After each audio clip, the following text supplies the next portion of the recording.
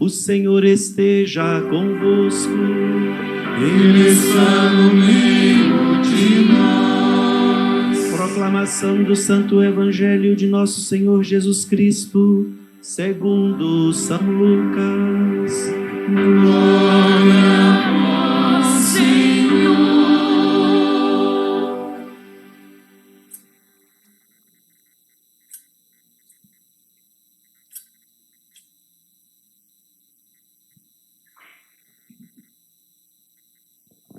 Naquele tempo, aproximaram-se de Jesus alguns saduceus que negam a ressurreição e lhe perguntaram: Mestre, Moisés deixou-nos escrito: se alguém tiver um irmão casado e este morrer sem filhos, deve casar-se com a viúva, a fim de garantir a descendência para o seu irmão.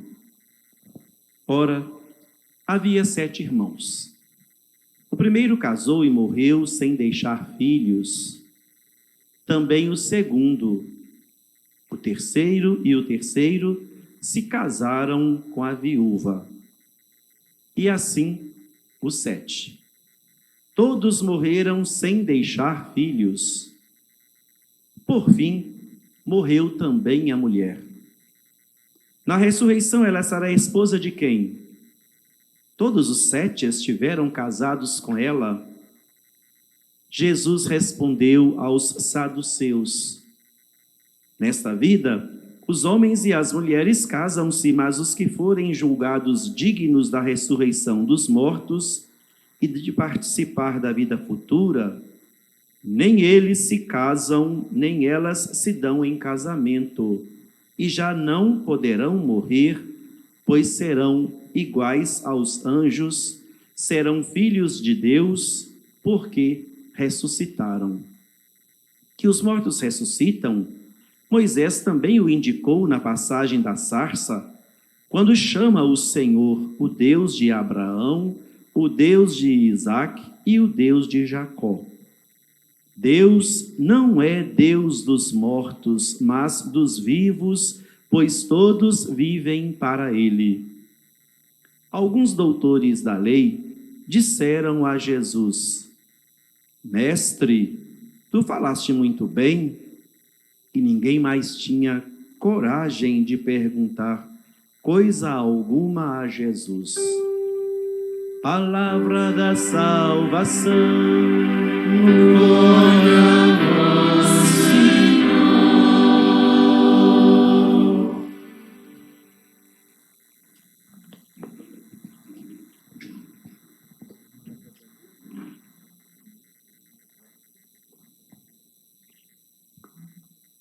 Queridos irmãos e irmãs, vocês estão vivendo aqui esses dias de muitas graças na celebração desta novena de Nossa Senhora, Mãe da Igreja, e tomando como inspiração as figuras de mulheres importantes na Sagrada Escritura, que são assim uma fonte de ensinamentos para nós. Aliás, eu estava lembrando aqui agora, numa das orações de bênção matrimonial, quando se reza pela esposa, fala que ela busque o exemplo das mulheres nas Sagradas Escrituras, para dizer para nós que nós temos uma fonte tão importante de inspiração para a nossa vida. É claro que todos esses modelos, exemplos, atingem o seu auge na Santíssima Virgem Maria, Mãe de Deus, nossa Mãe, aqui venerada com o título de Nossa Senhora, Mãe da Igreja. E hoje nós somos chamados a pensar, como é o tema? Vocês estão colando ali, né? Tá bom. Então, inspirado na figura de Judite. Eu brinquei com o Padre Sérgio hoje, que ele me fez ler o livro de Judite todo hoje. É pequeno, né? mas é muito interessante, a Sagrada Escritura está assim recheada de exemplos, valores, e renova na gente a esperança, tomar esses textos, essas referências na vida. Nós sabemos pela história bíblica que Nabucodonosor, rei assírio, estava dominando aquela região toda, estava às portas do domínio do povo de Israel, que já sofrera na sua história com invasão estrangeira.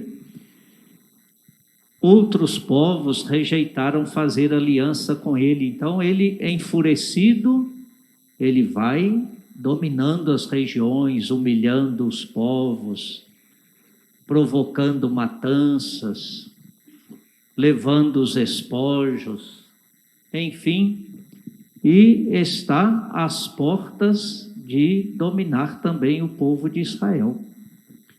E os chefes do povo já se preparam para a derrota. Com uma expressão muito interessante, a gente lê na Bíblia: se em 5 dias o Senhor não tomar providência, nós teremos que nos entregar. Já põe limite a Deus, né? É como uns pregadores que a gente vê aí na televisão, não católicos, evidentemente, que até para milagre tem hora marcada. Eles que marcam para Deus. Então, assim, aqueles chefes fizeram, marcar para Deus: ó, o senhor tem 5 dias para dar uma providência. Se o senhor não der, nós nos entregamos. E aqui entra a figura bonita de Judite, uma mulher temente a Deus, humilde diante de Deus. Desde a sua viuvez, ela se coloca diante de Deus a serviço na oração, na penitência, consagrando toda a sua vida a Deus. E é esta mulher iluminada que, na sua humildade na presença de Deus, vai tomar o encargo da libertação do seu povo.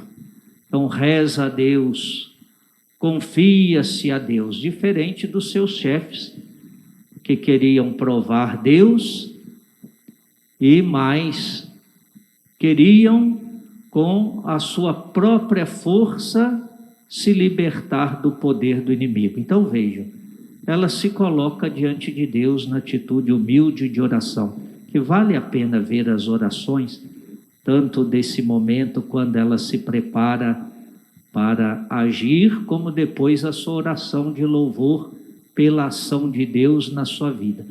Então é assim, conduzida por Deus, portanto, alimentada por esta humilde esperança, não com a sua força, com a sua capacidade, nem com a capacidade daqueles que pudessem lutar por Israel, por seu povo, não, mas confiando na ação de Deus na história.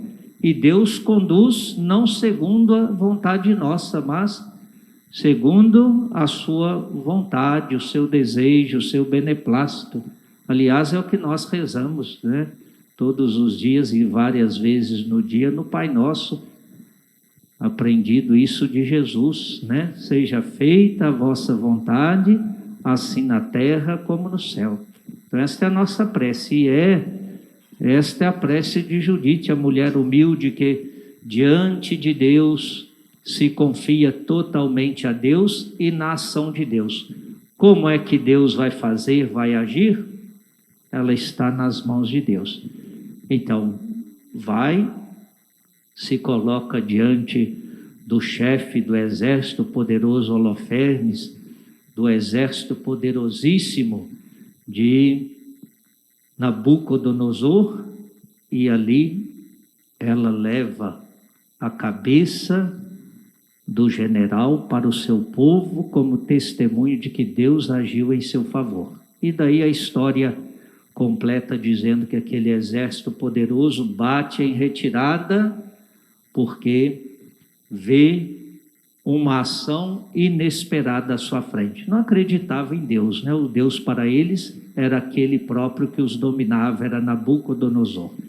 mas vê que há uma ação que salta a sua capacidade e a sua força. Imaginemos aquela humilde mulher, simples mulher, diante de um exército que, em parte, diz a história, tinha 12.000 soldados, mas não sei quantos mil cavaleiros. É esse exército que parte em retirada diante da ação de Deus na vida daquela mulher. Então, que nos ensina e nos aponta para esse caminho, a nossa vida. Eu sempre falo isso quando alguém vem desanimado e derrotado com sofrimento. A nossa vida está nas mãos de Deus. É Ele quem nos guia. A questão é de quê? De como nós nos colocamos na presença de Deus. Como é que nós nos colocamos nas suas mãos. Não é determinando para Deus, ó, só tem 5 dias para resolver. Não. Mas é depositando a confiança com toda a humildade nas mãos de Deus. Nós não somos nada, Ele é o tudo, é Ele quem age. Nós devemos colocar a nossa vida nas suas mãos com esta confiança humilde, dobrar-se diante dEle, dizer que nós confiamos na sua ação, ainda que muitas vezes nós não a compreendamos, mas nós confiamos, porque sabemos que Deus age para o nosso bem e permitir que Deus de fato haja na nossa vida. Nós temos o exemplo de nossa boa mãe, a Santíssima Virgem Maria, uma vida nas mãos de Deus. Vejamos o que Ele fez quando ela se coloca com humildade e simplicidade nas suas mãos. Eis aqui a serva do Senhor. Tornou-se esse instrumento pelo qual a salvação de Deus entrou no mundo. Então não é no coração arrogante, é no humilde. Maria, no Magnífica, ela reza isso.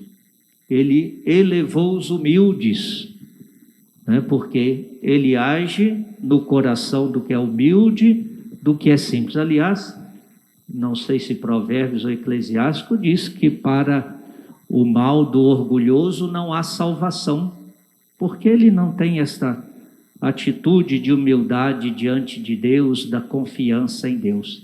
É como a história do fariseu, né, e do pobre lá, pecador no fundo do templo, né? Um louva a Deus por aquilo que ele faz. Eu sou bom em tudo, eu faço as orações, o jejum, etc. O outro está lá de cabecinha baixa, né? Eu sou pecador, eu não me atrevo nem levantar os olhos. Então, tudo isso para dizer para nós que é na humildade do coração, na simplicidade, na presença de Deus, que Deus realiza a sua obra. Deus não resiste a um coração humilde, a um coração simples. Ele age com bondade, no coração daquele que é simples. Peçamos a Deus a simplicidade do coração de Maria, todo aberto à sua ação, para que Ele realize em nossa vida aquilo que Ele apraz. Louvado seja nosso Senhor Jesus Cristo.